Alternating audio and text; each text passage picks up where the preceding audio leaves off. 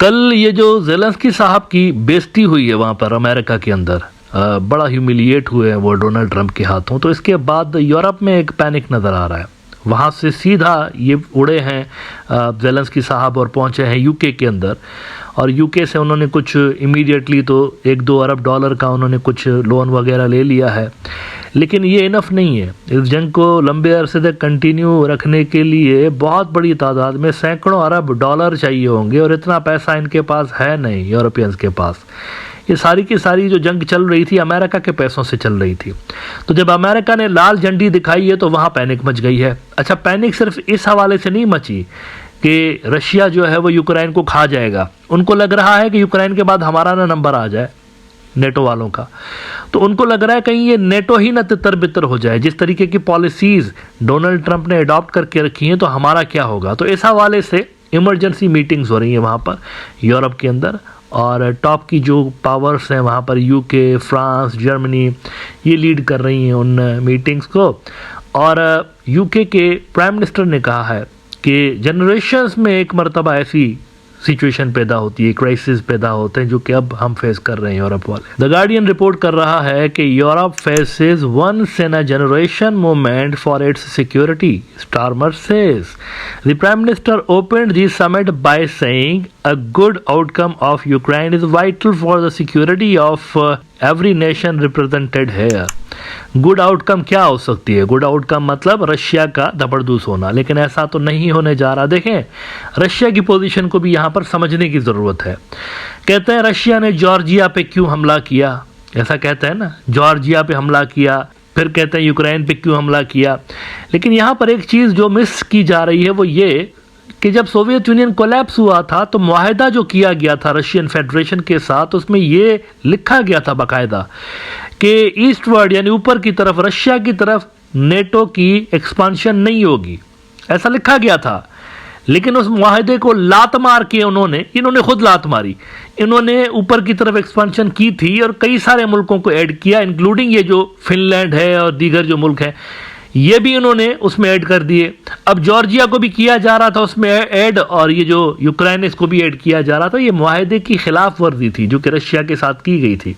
Russia को basically धकेला गया इस जंग के अंदर। रशिया के पास कोई और ऑप्शन था नहीं कि वो रिएक्ट ना करे। अब इस पे ये जो ह्यूमिलिएशन हुई है ना ज़ेलेंस्की साहब की, इस पे डेनमार्क का मैं देख रहा था, डेनमार्क के डिफेंस कमेटी का जो चेयर है उसने बड़ा अजीब सा बयान दिया। मुझे समझ में नहीं आया ये कॉम्प्लीमेंट है या ये क्रिटिसाइज कर रहे हैं या मजाक उड़ा रहे हैं या क्या कह रहे हैं। वो कह रहे हैं अगर ज़ेलेंस्की को नंगा होके, ये उनके अल्फाज हैं, मैं अपनी तरफ से नहीं बोल रहा हूँ, ज़ेलेंस्की को नंगा होके भी न्यूयॉर्क की गलियों में दौड़ना पड़ा ना सीज फायर लेने के लिए और सिक्योरिटी गारंटीज लेने के लिए, तो ज़ेलेंस्की दौड़ेगा, नंगा दौड़ेगा। अब मुझे समझ में नहीं आया ये क्या कह रहे हैं। देखें ये अल्फाज जो हैं, द गार्डियन को मैं कोट कर देता हूँ, वहाँ पर देखें क्या लिखा है। Zelensky would run naked through New York City if that gets him security guarantees, Denmark defence committee chair says. Exact उनके अल्फाज हैं, I am pretty sure that President Zelensky would be willing to run naked through New York City if that was required of him to get security guarantees and save his country.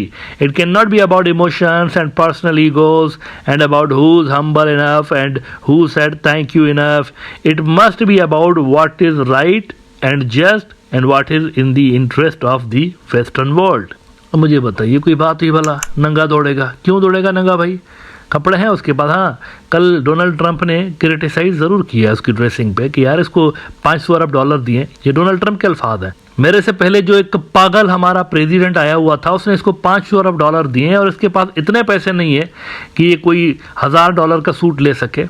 यहाँ पर आया है ऐसी घटिया किस्म की dressing ये पहन के आया है कि देखने में ही अजीब लग रहा था। होमलेस जो लोग नहीं होते, सड़कों पे फिर रहे होते हैं, वो भी अच्छी ड्रेसिंग करते हैं, ज़ेलेंस्की से ज़्यादा अच्छी ड्रेसिंग करते हैं। और कपड़े लिए भी हैं तो चाइना की ऐप से लिए, अमेजोन से लेता तो भी कुछ बात बनती। शदीद क्रिटिसाइज किया है डोनाल्ड ट्रंप ने, गुस्सा है उसको भी असल में।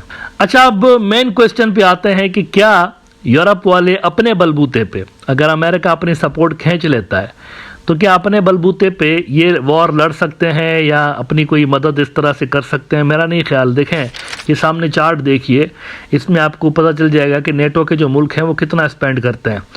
इसमें आप देखिए अमेरिका जो है ना नंबर 1 पे आता है। 8,11,000 2021 की फिगर है, 8,11,000 मिलियन डॉलर्स इन्होंने स्पेंड किए थे। दूसरे नंबर वाला देखें कितना फर्क है, यूके वाले 72,000 मिलियन ओनली।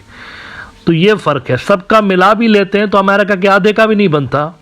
तो अमेरिकन पैसा जब नहीं होगा ना यहाँ पर, ये नहीं सस्टेन कर सकते इस लड़ाई को लंबे अरसे तक। इनके पास सीज फायर के अलावा कोई चारा ही नहीं है। दूसरा, अगर ये जंग में फुदक पड़ते हैं नुकसान करेंगे। मेरा नहीं ख्याल कि अमेरिका के बिना कुछ ज़्यादा सक्सेस के चांसेस हैं यहाँ पर। अमेरिका एक पावर है, मतलब इसको तस्लीम करना पड़ेगा। डिक्लाइनिंग सुपर पावर ज़रूर है, लेकिन वो पावर है, मिलिट्री पावर है उनके पास। तो उनके बिना मेरा नहीं ख्याल कि इनकी दाल गलने वाली है। इनके पास एक ही ऑप्शन है कि किसी तरह से जंगबंदी का मुआहदा करके जान छुड़ाएं यहाँ पर।